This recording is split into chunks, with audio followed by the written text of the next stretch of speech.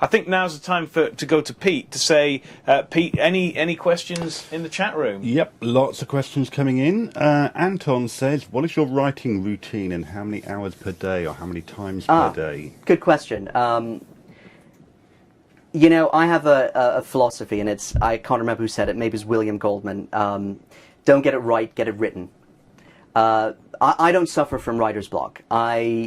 Writing for me is a discipline. You know, I don't wait for an epiphany to come, because if you're sitting there waiting for the epiphany, it does not come. I switch on the computer, I look at my blank screen, and I write. It's as simple as committing to writing and not allowing the fact that I don't have the perfect scene or idea to stop me. I'll put something down, even if it's wrong, just to get to the end of the script. And then go back and edit, and I'll go back and edit again. And I'm sure your guests have said it before, but script is the single most important thing in the process, you know, after casting. So it is the most important thing also to put your ego aside, give it to people that you know are not just going to say they love it, like your mom, and get a good opinion, someone to critique it, and continue to hone the screenplay. Okay, fantastic. Any other questions, Pete? Yep, Richard Purvis says, how do you balance making films with making a living? Well, surely you make a living well, out of it now, thankfully, I'm making a living, you know, but it wasn't always the case. When it wasn't the case, I would do both. You know, like I said, you can't give up because it's the dream. And I think it's not the rejections that kill you in this business, it's the hope. You know, because we learn to become thick-skinned, don't we? It's the hope. It's the dangling carrot. It's going to Cannes. It's when one person says, I love it, you know, I want to work with you. I mean, I remember sitting in a meeting in the Film Council in 2000, and the head of the Premier Fund, you know, said, I love this film, I want to make it. How much do you want? You know, I went out, had a glass of champagne, and that film never got made.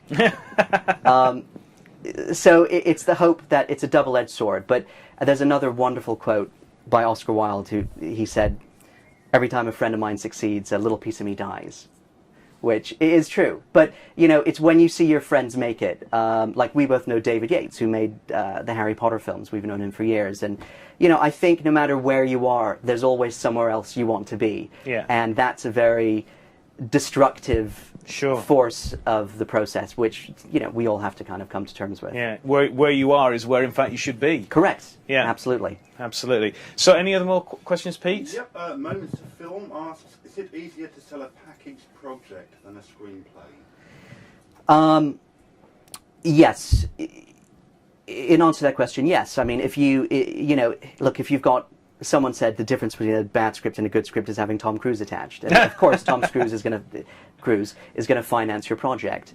That said, you know, every stage of the process there's hurdles. But if you've got a really good director and really good actors attached, the people, you know, the distributors, the people that finance are going to take more notice of it. So absolutely.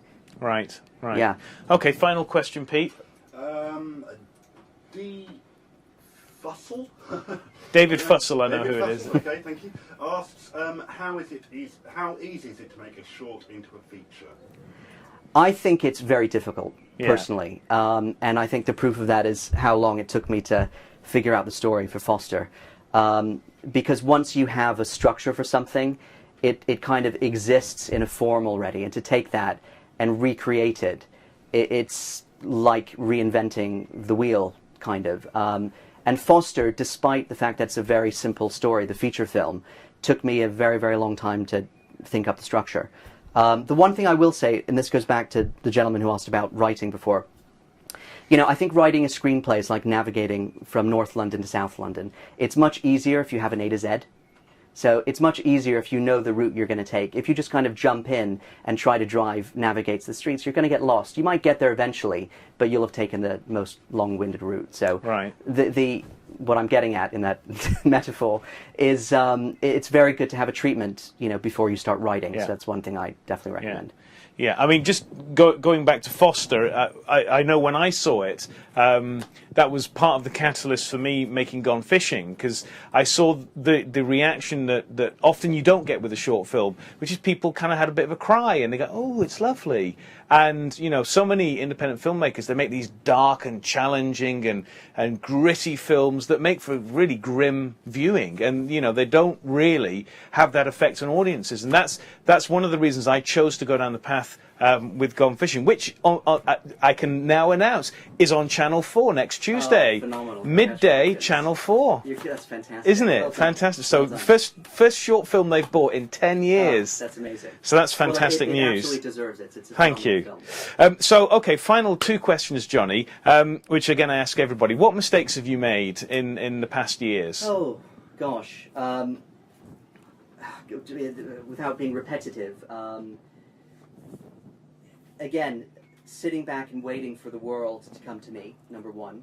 But, you know, in terms of mistakes, what I would say now, having progressed onto the bigger budget films, is you have to you compromise every day. So every day people are coming to you saying this and that, and there's not enough time, there's not enough money, so compromises are being made, so it's very difficult to get the perfection you want. But I think part of that is about being disciplined and knowing your art and continuing to generate work so that you become better at your craft and better at your storytelling. Yeah, that's what I would say about that. And what advice, final piece of advice you would offer an emerging filmmaker? Something from the deep wisdom of Johnny Newman. Oh, I don't know if there's any deep wisdom left, Chris, but we will try. I would say go out, if you haven't made a film, go out and make it. If you're waiting and applying for money, stop doing that. Put that aside. Pick up the phone tomorrow. Get on the phone. Call a camera hire company. Blag a camera. Make a film. George Clooney said directing is the best entry-level job in Hollywood today. And it's true because everyone and their sister has a camcorder. Yeah. And can go, I mean, you can shoot a film on a bloody iPod. So, you know, pick up whatever you need to pick up. Take action. Don't wait for the cow to back into your hands to milk it. You know, walk into the field and milk the cow. Right. Okay. Fantastic. Well, thank you, Johnny.